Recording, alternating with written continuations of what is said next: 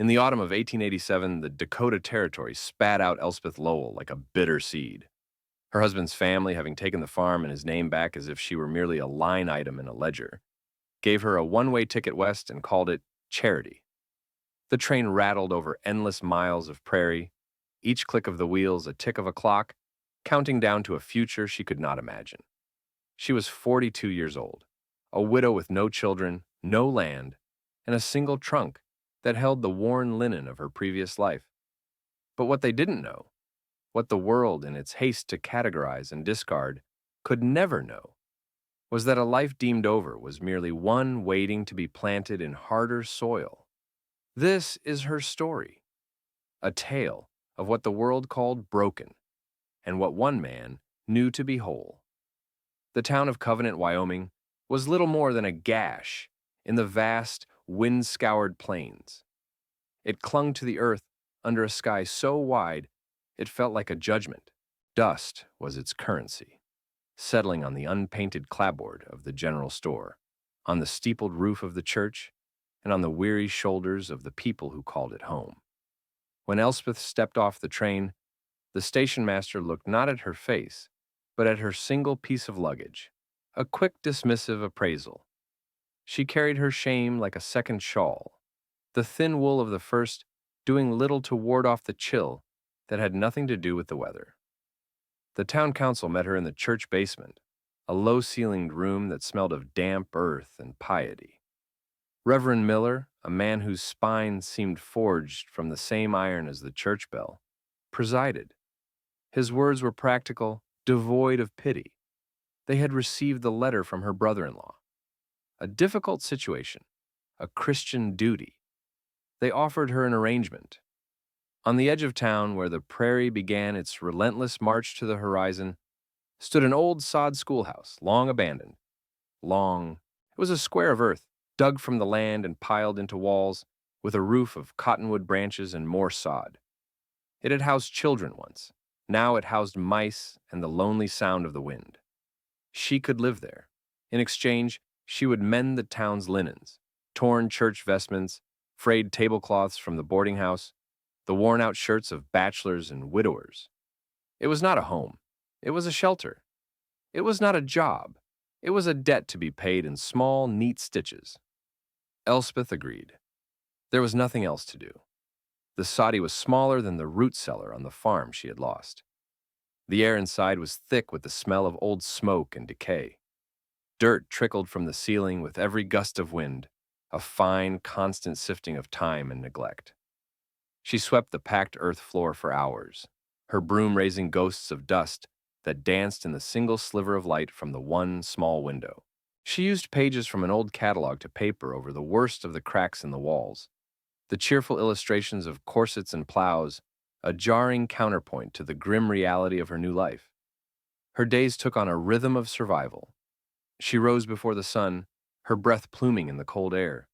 She hauled water from the town well, the yoke digging into her shoulders. She spent the daylight hours hunched over her sewing, her needle a tiny silver fish swimming through seas of worn fabric. Her hands, which had once known the softness of kneading dough and turning the pages of a book, grew rough and calloused. The skin at her fingertips split and bled, staining the cloth with tiny pinpricks of red she would painstakingly wash out. The townswomen would drop off bundles of mending at her door without coming inside, their faces a carefully constructed mask of charity. They spoke of the weather, of the price of flour, of anything but the truth that hung between them, that she was a failure, a woman without a man or a purpose, living on the scraps of their benevolence. Elspeth would nod and murmur her thanks, her eyes downcast. Their pity was a heavier burden than the water buckets. Her only solace came at night.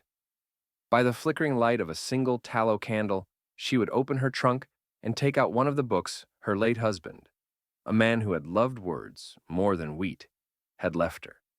She would read until her eyes burned. The stories of other lives, other worlds, a temporary balm for her own. The words were a quiet rebellion against the silence of her existence. They reminded her that there was a world beyond the wind and the dust and the endless mending. Weeks passed, bleeding into a month. The autumn air grew sharp, hinting at the brutal winter to come. It was on a cold, clear afternoon that she first saw him. Silas Blackwood was a man made of the same raw material as the land around him. He was a shepherd, keeping his flock in the high country during the summer and bringing them down to the lower pastures as the snows threatened. He came to Covenant for supplies, his visits infrequent and brief. He was a widower, his own story a quiet tragedy the town had long since absorbed and forgotten. He moved with a slow, deliberate economy of motion, his silence as vast as the landscape he inhabited. He was loading sacks of grain onto his wagon when he saw her, struggling to reset a fence post that had been knocked loose near her soddy. She was small against the immense backdrop of the prairie, her movements determined, her face set in a mask of concentration. He watched as she used her own body as a lever, her jaw tight with effort. He saw not a pitiable widow, but a woman wrestling with the earth and refusing to lose. He saw the competence in her hands, the straight line of her back. He did not offer help. To do so would have been to offer pity, and he sensed she had a surfeit of that already. Instead, he simply finished his business, climbed onto his wagon, and drove past her dwelling on his way out of town. He gave a short, single nod in her direction. It was not a greeting, but an acknowledgement, a silent testament. He had seen her. Elspeth, startled by the sound of the wagon, looked up and met his gaze. His eyes were the color of the winter sky, clear and startlingly direct. She registered the nod, the brief, unsmiling recognition. It was the first time anyone in Covenant had looked at her without the veil of charity or judgment. She watched his wagon recede into the distance, a small, dark shape against the setting sun, and felt a strange, unfamiliar stirring in her chest. It was not hope. It was something quieter, more fundamental. It was the feeling of being witnessed. The cold deepened. The first snows dusted the plains, a fine white powder that outlined every blade of dormant grass. The wind was a constant predator, clawing at the sod walls of her home, seeking entry. Elspeth stuffed rags into the cracks around the window and the door, but the cold was an insidious guest. She spent her nights huddled under every blanket she owned, the fire in her small stove a meager defense against the encroaching winter. Her pile of firewood, scavenged from the sparse brush along the creek, was dwindling at an alarming rate. One morning she opened her door to a world remade in white. The snow had fallen heavily overnight, a thick, silent blanket that muffled all sound. And there, stacked neatly against the wall of her soddy, was a cord of firewood, split pine and cottonwood, dry and ready for the stove. There were no tracks leading to it, save for the faint impression of a wagon's wheels, nearly erased by the falling snow. She stood there for a long time, the cold seeping into her bare feet, her heart a confusion of gratitude and suspicion. It was too much for charity. Charity was a bundle of mending, a sack of flour from the church. This was a gift of warmth, of survival. She knew with a certainty that had no logical basis who had left it. The silent man. The shepherd. The wood became a quiet conversation between them. A week later, a burlap sack of potatoes appeared on her stoop. Then a jar of preserved plums, its deep purple a jewel against the monochromatic winter landscape. He never lingered. He never waited for thanks. His actions were a language she was slowly learning to decipher, a grammar of care written in gestures rather than words. He was not giving her charity. He was provisioning an outpost. He was treating her not as a burden, but as a fellow survivor. And then, just as the winter reached its most merciless point, the children arrived. They were brought to Covenant in the back of a mail sleigh, two small frozen figures huddled under a horse blanket. Their parents, homesteaders from a valley 30 miles north, had been caught in a blizzard while searching for stray cattle. The children, Caleb and May, had survived for 3 days alone in their cabin before a trapper found them. Covenant, a town already stretched thin by winter, did not know what to do with them. They were orphans, a responsibility no one wanted. Caleb was 8, his eyes holding a fury that was older than his years. He stood with his small shoulders squared, his arm protectively around his sister. May was 5, a tiny ghost of a girl who had not spoken a word since she was found. She hid behind her brother, her face pale and pinched with a grief too large for her small body. Reverend Miller convened another meeting in the church basement. The mood was somber, the consensus was grim. The orphanage in Cheyenne was the only practical solution. The name hung in the air, a synonym for institutional coldness and forgotten children. Elspeth, who had been summoned to collect the church's weekly mending, stood at the back of the room, listening. She looked at the children, who were huddled by the stove, two saplings in a storm. She saw their terror, the way Caleb's hand tightened on May's shoulder every time a new voice spoke. She saw herself in their displacement, in their sudden, brutal unmooring from the world they had known. Before she knew what she was doing, she stepped forward. The room fell silent. All eyes turned to the widow, the charity case.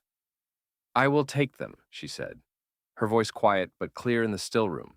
Reverend Miller stared at her, his expression a mixture of surprise and skepticism. "Mrs. Lowell," he began, his tone patient, as if explaining a complex problem to a simple mind, "you live in the old soddy. You have barely enough for yourself." "I have room," she insisted, though she knew the soddy could barely contain her own loneliness, let alone two grieving children. "I can manage. Their rations would help." A murmur went through the room. It was a convenient solution. It absolved them of responsibility. It postponed the difficult decision of sending two of their own to the grim institution in the capital. The council conferred in low whispers. Finally, the Reverend nodded, his face unreadable. It was settled. The town's burden had become hers. The soddy, once a refuge of solitude, was now crowded with the sharp edges of grief. Caleb was a fortress of angry silence. He refused to meet her eyes, performing the small chores she assigned him with a sullen, resentful precision. May remained mute, a small shadow who followed Elspeth from room to room, her large, dark eyes absorbing everything. She would not let Elspeth touch her. Elspeth did not push. She did not force affection or demand gratitude. She had learned from the land that some things cannot be rushed. Growth requires patience, a steady application of care without expectation of immediate return. She offered them the only things she had in abundance: consistency and quiet presence. She made them warm meals, stretching her meager supplies to fill 3 bowls instead of 1. She mended their worn clothes, her stitches small and even. She kept the fire burning bright and hot, a constant battle against the winter that raged outside. At night, when the wind howled its mournful song, she would light the candle and open one of her books. She began to read aloud. At first, Caleb would pretend not to listen, his back turned to her as he lay on his pallet.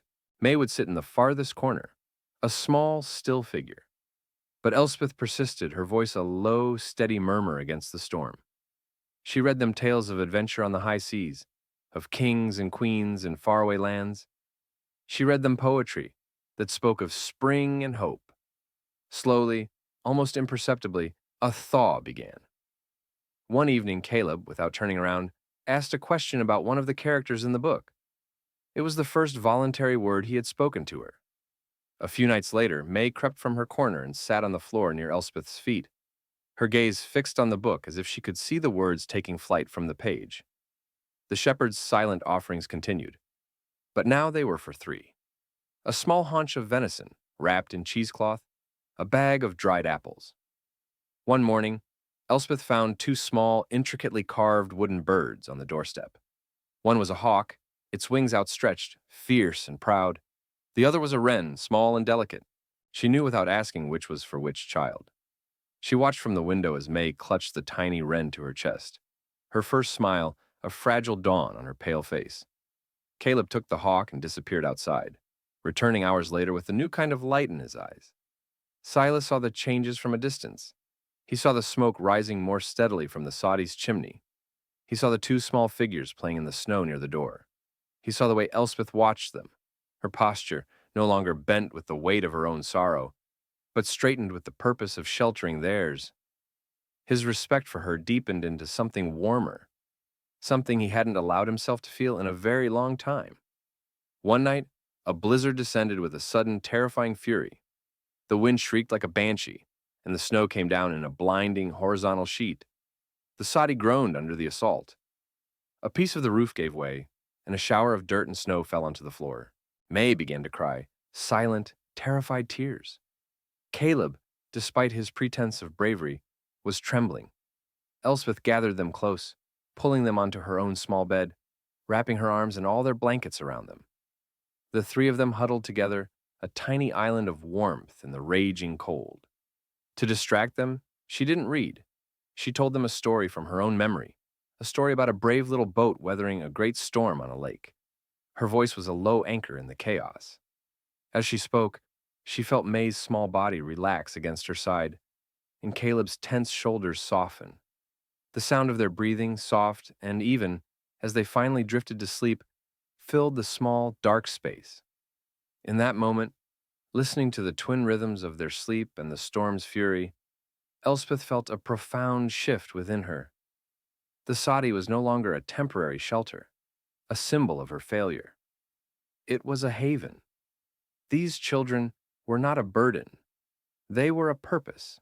Their presence had filled the empty spaces in her life, not with noise, but with meaning. For the first time since her husband's death, she was not just surviving. She was necessary. The world had taken everything from her, and in her emptiness, she had found something to hold. It was a fragile, fierce kind of love, born of shared hardship and quiet perseverance.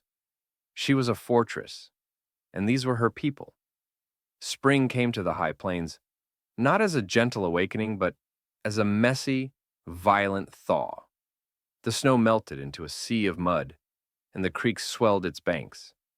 But with the mud came the first green shoots of grass and the return of the meadowlarks, their song a defiant trill against the lingering chill. Inside the soddy, a similar transformation had taken place. The silence was no longer one of grief, but of comfortable companionship.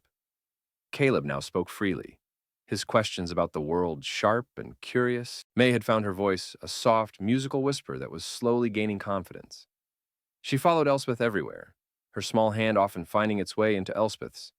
Together they had started a small garden, turning over the stubborn soil and planting the seeds Silas had left for them: potatoes, beans, and squash. The children worked alongside her, their faces smudged with dirt, their laughter a foreign and wonderful sound in the vast emptiness of the prairie. The town began to notice. The women who dropped off mending now lingered at the door, their eyes taking in the sight of the thriving children, the neat rows of the garden, the palpable sense of home that now emanated from the humble dwelling. Their pity was slowly being replaced by a grudging respect. Elspeth was no longer just the widow. She was the woman who had taken in the orphans, the woman who had coaxed life from the barren earth and from two broken hearts. But the world has a way of distrusting arrangements born of necessity and grace. It prefers order, paperwork, and clear lines of authority. Reverend Miller arrived one Tuesday afternoon, his horse kicking up dust in the dry yard.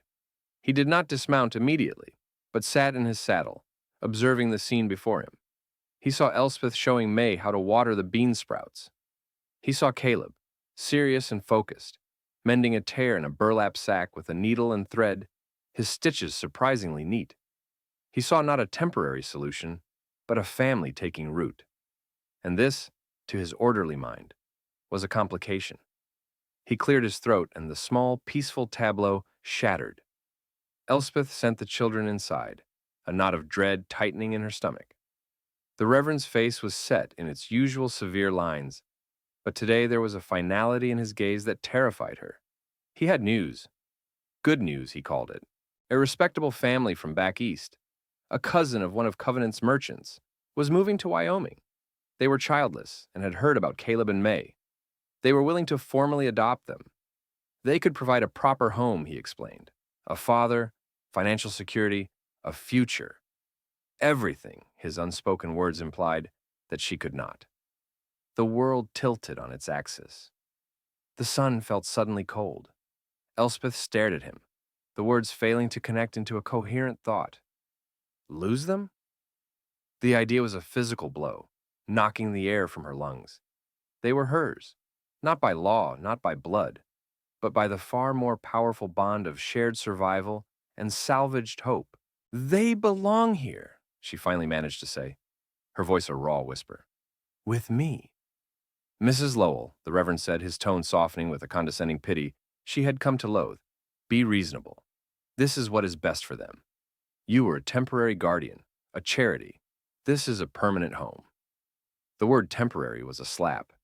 Charity was a branding iron. The careful scaffolding of worth she had built over the past months crumbled into dust. She saw herself as he saw her, a pauper, a dependent, a woman with nothing to offer. Her desperation found its voice. She followed him as he rode back toward the center of town, pleading her case. Her steps became a run, her words a torrent of frantic, disjointed arguments. By the time they reached the general store, a small crowd had gathered, drawn by the rare spectacle of public emotion. The townspeople watched, their faces impassive masks. In front of them all, the Reverend stopped his horse and turned to face her. They need a father, a proper family, he said, his voice loud enough for all to hear. His words were not meant to be cruel. They were simply a statement of fact as he saw it. But for Elspeth, they were a final, brutal judgment on her poverty, her widowhood, her very womanhood. And she broke. The strength that had carried her through loneliness and winter, that had built a home from dirt and love, deserted her. A great shuddering sob tore through her, a sound of such profound and hopeless grief that it seemed to come from the earth itself. I'm broken, she wept, the words ripped from the deepest well of her shame, the secret fear she had carried since the day her husband's family had sent her away. I have nothing. I am nothing. Please don't take them. They are all I have. She sank to her knees in the dust of the street, her body racked with sobs, the town a silent circle of witnesses to her utter undoing. There was a terrible, protracted silence, filled only by the sound of her weeping and the indifferent whisper of the wind. Pity and discomfort warred on the faces in the crowd. They were watching a soul come apart at the seams. Then, a figure detached itself from the edge of the crowd. Silas Blackwood had been at the livery, preparing for his return to the high country. He had heard the commotion and had come to stand at the back, a silent observer. He had watched the entire exchange, his face as still and weathered as a granite outcrop. Now, he moved. He walked through the parted crowd with his slow, deliberate gait, his worn boots making no sound in the thick dust. He did not look at the Reverend. He did not look at the townspeople. His gaze was fixed on the weeping woman kneeling in the street. He stopped in front of her, and the world seemed to hold its breath. He was not a man of many words. When he spoke, his voice was not loud, but it carried a weight that commanded the attention of every person present. It was low and steady, a voice accustomed to calling across vast, empty spaces. It was meant for Elspeth, but it was heard by all. You are not broken, he said, his eyes holding hers, his gaze stripping away the layers of shame and pity until it found the core of her. The woman he had seen wrestling with the fence post, the woman who had built a home in the heart of a blizzard.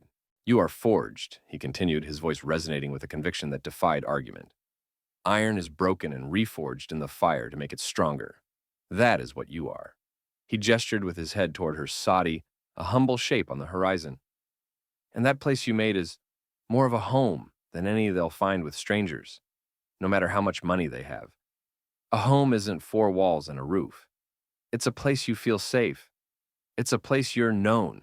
He paused, letting his words settle into the stunned silence. Then he slowly turned his gaze to Reverend Miller, who sat frozen atop his horse, his authority suddenly fragile. A person's worth ain't in what they have, Silas said, his voice dropping even lower, yet losing none of its power. It's in what they build and what they protect. He looked back at Elspeth, his expression softening almost imperceptibly. She is their mother, he declared, the simple statement landing with the force of a covenant. In every way that matters. Then came the words that stopped the town cold, that would be spoken of in whispers for years to come. And if they need a father, Silas Blackwood said, his gaze sweeping over the crowd, a quiet challenge to them all, they have one. I'll stand for them. And for her. He reached down, his large, calloused hand extending to Elspeth. After a moment's hesitation, she placed her trembling hand in his. He pulled her to her feet with a strength that was gentle and absolute. He stood beside her, a shepherd beside his flock, and faced the town. A silent, unmovable fact. A family, declared and defended in the dust of a Wyoming street. The Reverend, for the first time in his tenure, was speechless. The matter of the adoption was, in that instant, closed. The shepherd's words did not fade with the setting sun. They lingered, altering the very atmosphere of covenant. Silas Blackwood had not merely defended a widow. He had redrawn the map of their small world, claiming a piece of it for his own. The town's perception shifted, not overnight, but with the slow, powerful certainty of a changing season. They no longer saw a charity case and two orphans. They saw the beginnings of a family, forged not by law or blood, but by a public declaration of belonging. Silas began a courtship as quiet and steady as his presence. It was a courtship of action, not words. He did not bring flowers, which would have withered in the dry air. He brought a new sturdy door for the soddy and spent an afternoon fitting it perfectly into the frame, ensuring it would seal tight against the winter wind. He did not write poems. He appeared one morning with two sapling cottonwoods, and together, he, Elspeth, and the children planted them near the garden, a promise of shade for summers to come. He would come in the evenings, after his work was done. He would sit on the small stool Elspeth offered him, his large frame seeming to fill the tiny room not with intrusion, but with a solid sense of safety. He would listen as Elspeth read aloud to the children, his head tilted, his expression thoughtful. He taught Caleb how to carve a whistle from a willow branch, his large hands guiding the boy's small ones with surprising delicacy.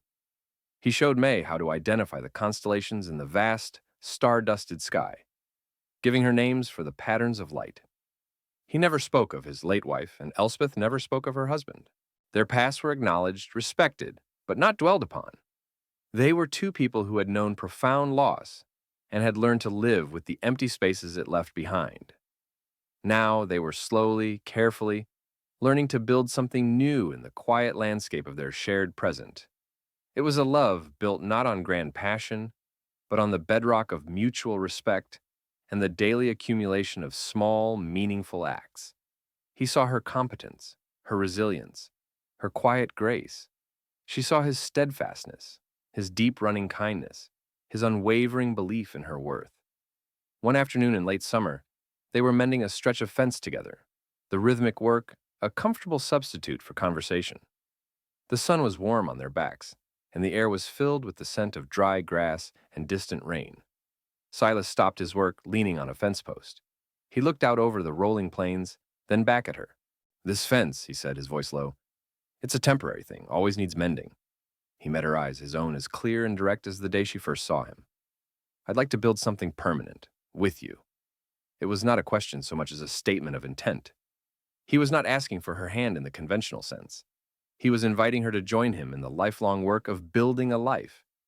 Elspeth felt a warmth spread through her chest, a feeling she had thought long dead. It was the feeling of being chosen.